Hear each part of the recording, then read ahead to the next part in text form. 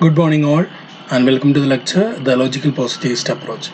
So, today we are going to discuss about logical positivist approach. So, it is a very different approach to the public policy analysis. So, what is logical positivist approach? So, before going to understand logical positivist approach, uh, you should know what is positivism. Positivism is a rejection of metaphysics, means abstract truths, nature of existence, etc. It's a position that holds that the goal of knowledge is simply to describe the phenomena that we experience. So, uh, in positivism, knowledge simply means uh, what we get from our experience. So, positivism is a philosophy of science that information derived from logical and mathematical treatment and reports of sensory experience.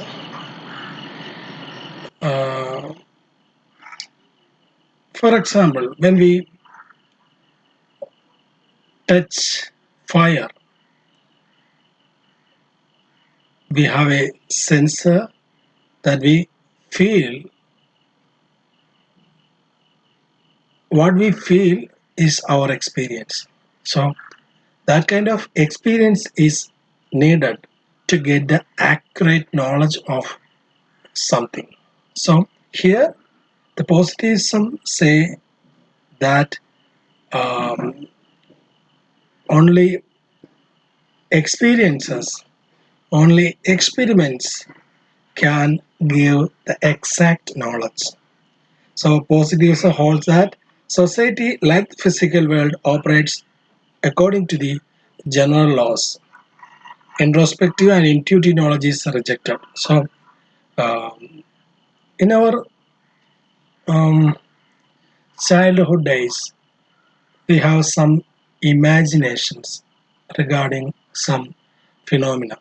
So that kind of imagination or belief are from our introspective or intuitive knowledge. So when we understand the fact behind that phenomenon in the later ages, later period, we understood that our experience gives the knowledge about actually we get the idea, real idea about something when we experiencing it or we find that it is the true, it is a fact. And before that, in the childhood days, we get the idea that was based on our intuition or based on our intuitive knowledge. So that kind of knowledge is not valid while considering the accurate knowledge from the experiments or experience, like what. That's why positives suggest. Positives is a philosophical system deeply rooted in a science and mathematics. It is based on the view that the whatever exists can be verified through experiments, observation, and mathematical or logical proof. So, knowledge is what it can be verified through experiments, observation, and mathematical or logical experiences. So, that is the content of positivism. Positivism holds that since the purpose of science is simply to stick to what we can observe and measure, knowledge of anything beyond that is impossible. The world and the universe are operated by laws of cause and effect. The positivists believed in empiricism, the idea that observation and measurement was the core of scientific endeavor. So, positivism, empiricism is the another word for positivism. The key approach of scientific method is experiment, the attempt to discern natural laws through direct manipulation and observation. A strong form of empiricism, especially as established in the philosophical system of Comte, Auguste Comte. He is one of the founding fathers of sociology that rejects metaphysics and theology as seeking knowledge beyond the scope of experience and hold The experimental investigation and observation are the only source of substantial knowledge. So, theology and metaphysics, um, which are beyond human human um, human knowledge. So, whatever whatever are from our beyond our knowledge, we considered those as metaphysical things. Uh, God, God is a metaphysical thing. God creates the world. God creates the earth. It's a knowledge from our beyond our knowledge. So beyond our experience. So we consider it as a metaphysical knowledge. So it's sometimes it is based on theology. So here positivism says that only experimental observation are the only source of substantial knowledge.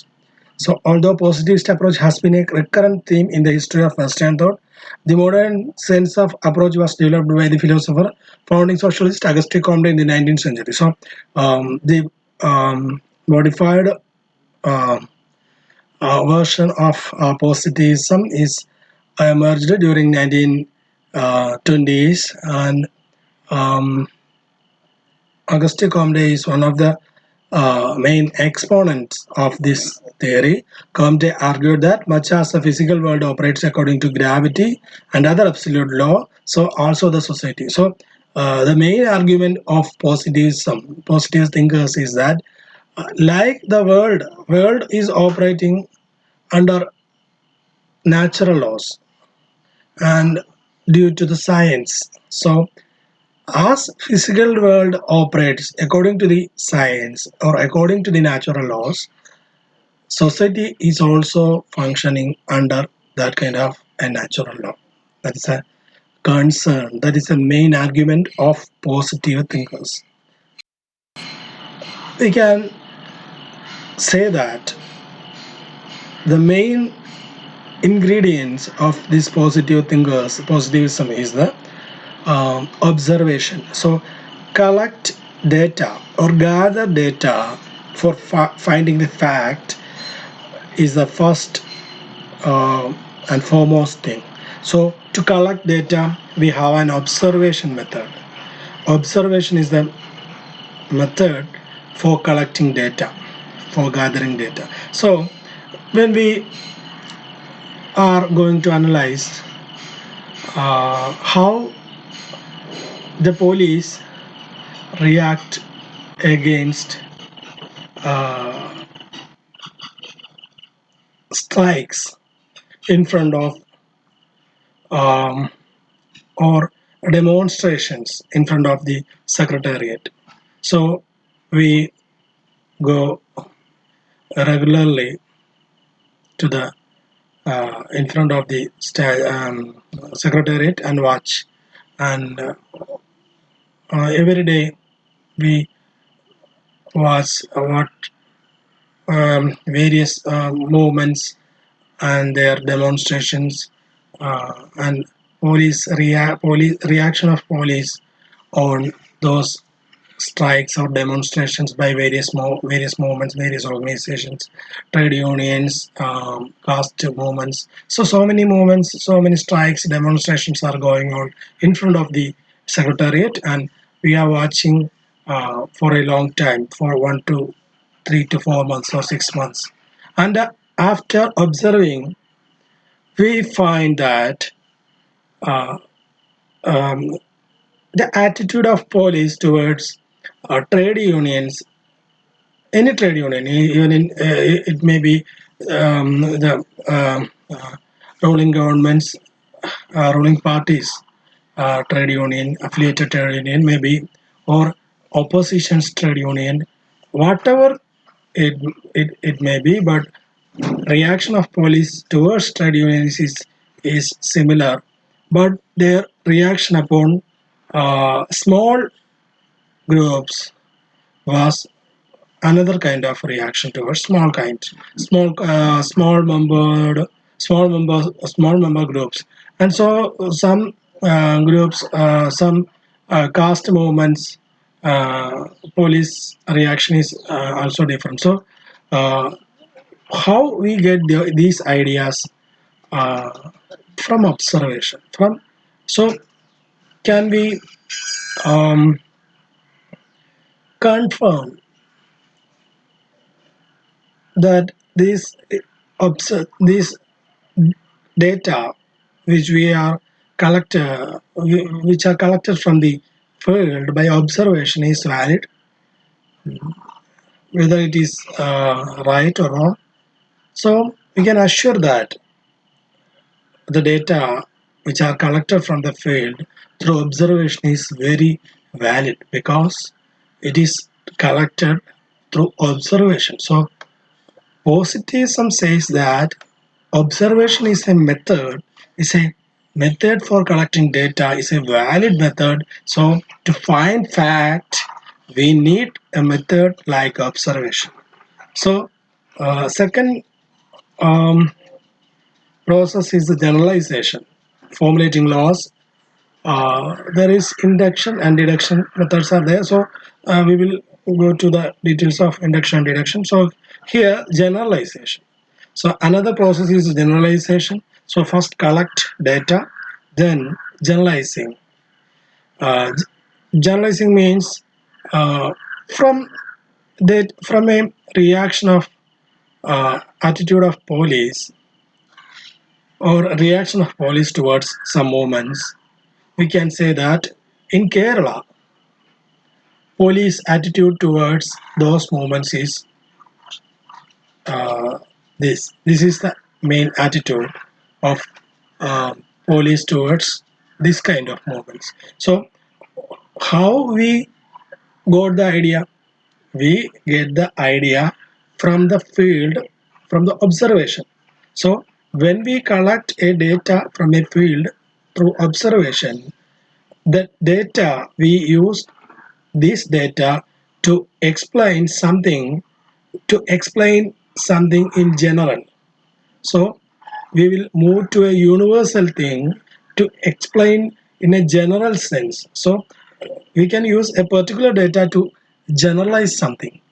So we only we observed the moments or the reaction of or attitude of police in front of the secretariat only, but we can say that police attitude towards these moments is like this in all over the Kerala or in Kerala. So that kind of generalization is coming from this type of data collection, and then verify it. Is it right or wrong? So we also go for another area and searching new facts, and finally explain, and sometimes we deduct, we may create a kind of knowledge through deduction technique. So from generalization we can move to the particular theory.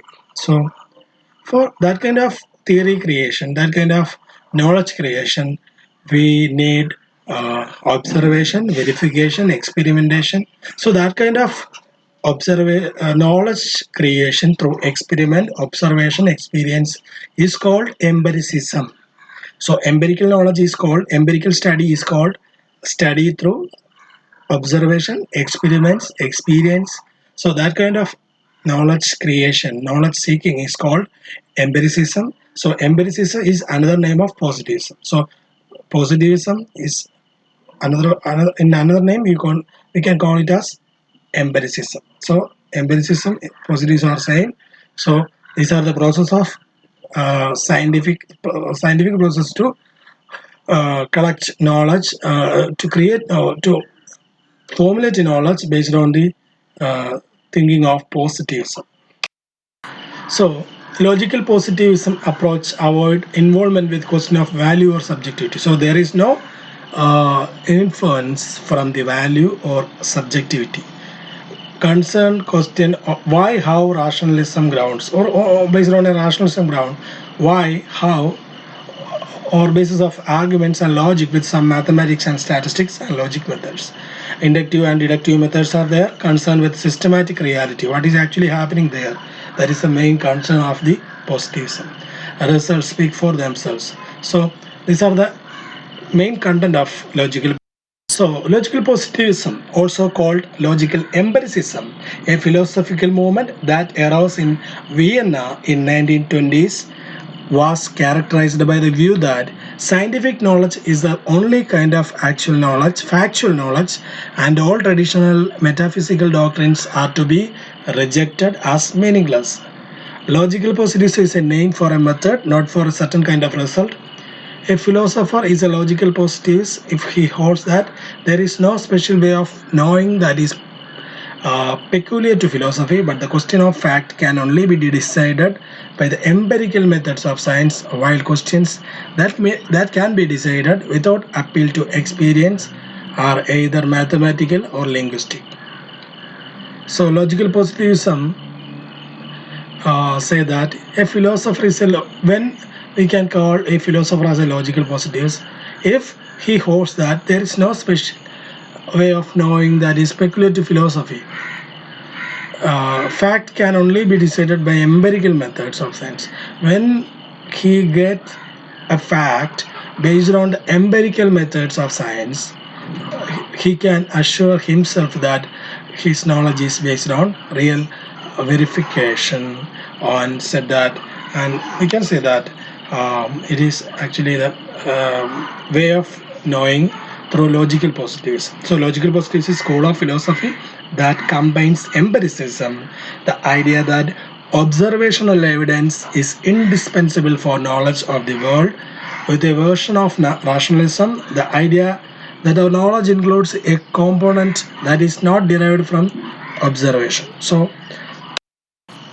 here, these are the exponents of logical positivism: Moritz Schlick, Herbert Figel, Hans Reichenbach, Ludwig Wittgenstein, Rudolf Carnap, Carl G. Hempel, and Alfred J. Ayer.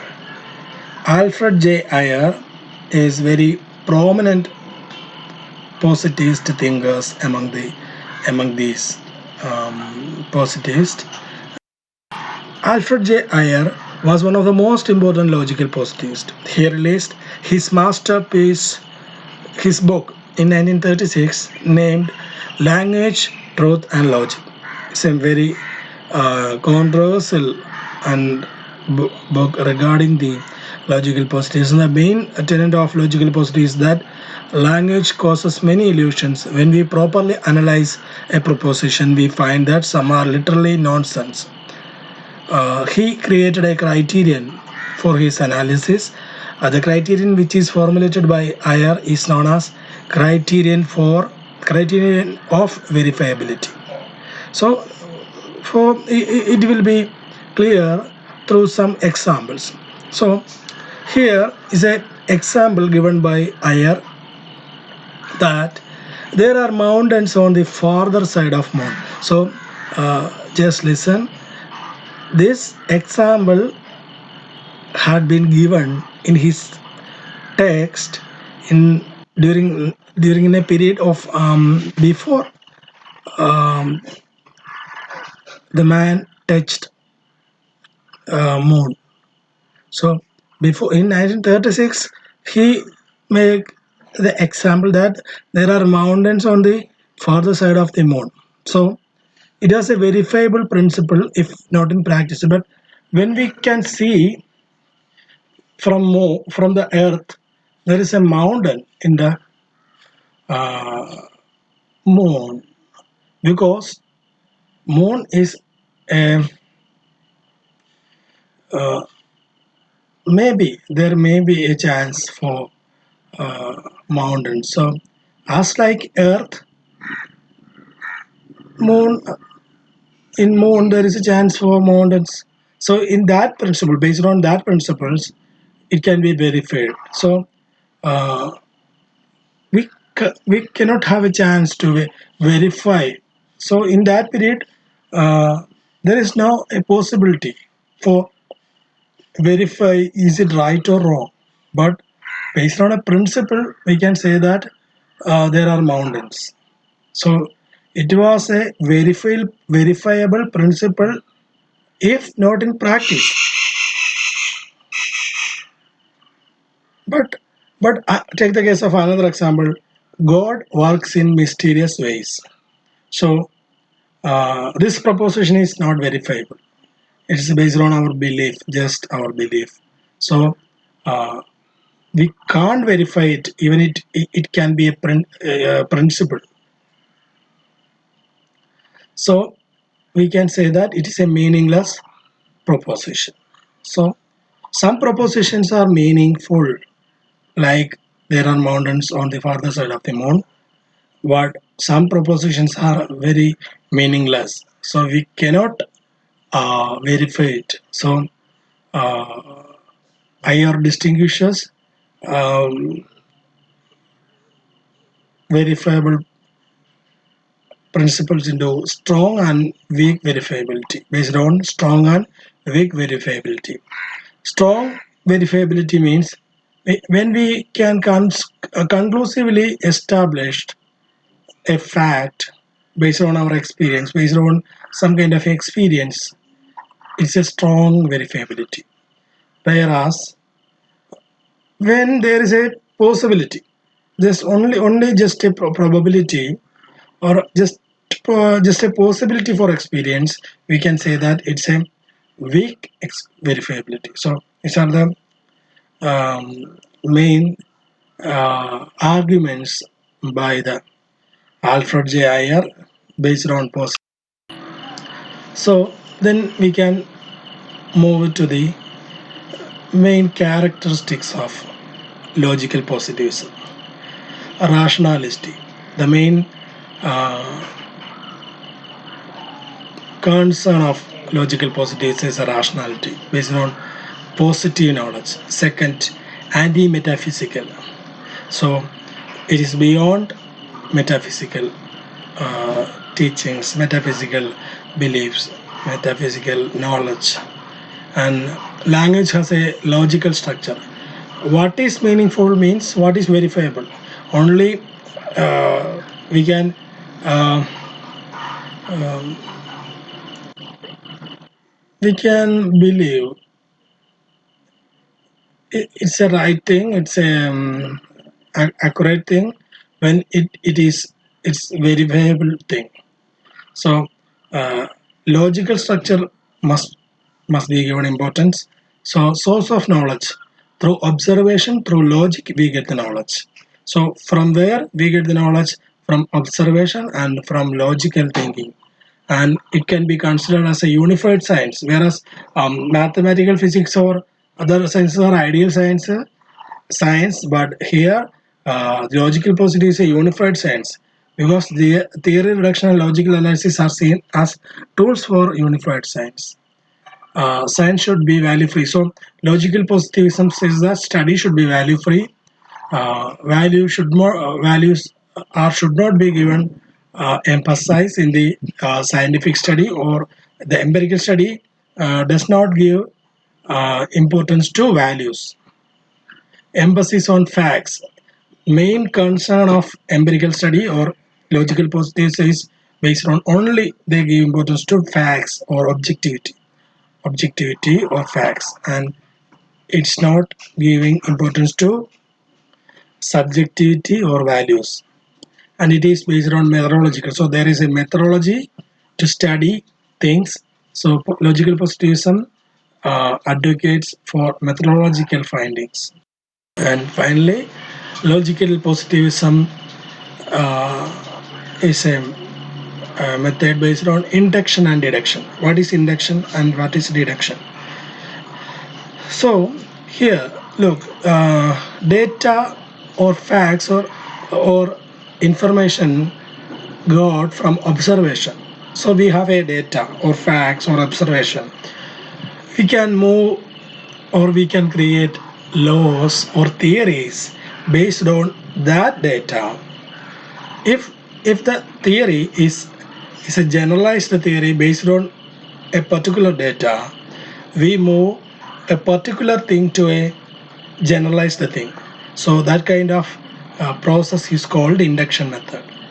But we have a general laws and general theories in our hand, and by using these general theories, we are moving to predict something or explain something which is particular, which is a particular knowledge, which is a particular theory. But when we are moving towards that particular theory based on a general law, a general theory, that kind of process is called deduction method. So induction or deduction, both methods are also used in this logical positivist study. So what is the importance of logical positivism? Uh, Logical positivism says that public policy analysis is should be analysis should be made on the basis of logical positivism. So values should not be given importance. Empirical study, observation, experiment, the experience are to be given importance. That is a concern. That is a perspective given by logical positivism. Okay, these are the references used for this study. You can go through these references, and also you can go. You can collect more details, more notes regarding logical positivism. Okay, thank you.